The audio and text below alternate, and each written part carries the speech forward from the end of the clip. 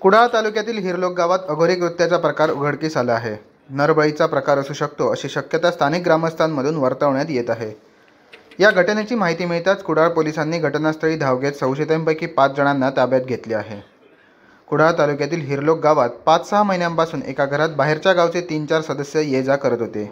त्यामध्ये एका महिलेचाही समावेश आहे। सदर महिला मालवण तालुक्यातील धामापूर येथील असल्याचे चर्चा आहे। बाहेर गावातील या संशयित व्यक्ती त्या बंद घरात रात्रीच्या वेळी पूजा अर्चा करत असत। विशेष म्हणजे त्या घरात संशयितांनी 8 फुटाचा खड्डाही खोदल्याचे निष्पन्न झाले आहे।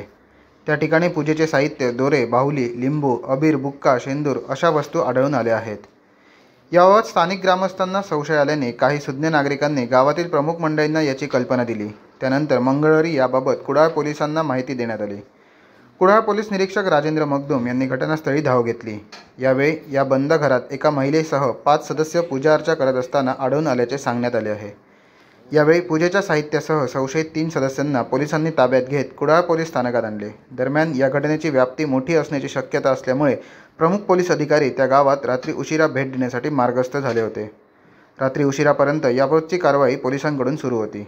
एकूणच या घटनेमुळे हिरलोक गावात एकच खळबळ उडाली आहे। Bureau news Konkan live breaking Kudal.